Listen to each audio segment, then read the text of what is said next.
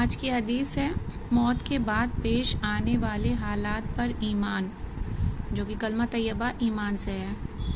तो आइए चलते हैं हदीस की तरफ। अल्लाह ताला का इरशाद है, लोगों अपने रब से डरो, यकीनन क़यामत का ज़लज़ला बड़ा हौलनाक होगा।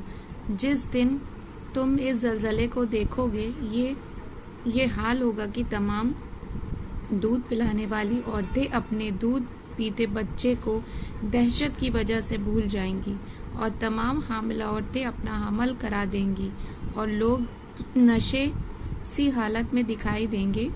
हालांकि वो नशे में नहीं होंगे, बल्कि अल्लाह ताला का अजाब ही बहुत सख्त है जिसकी वजह से वो मदहोश नजर आएंगे।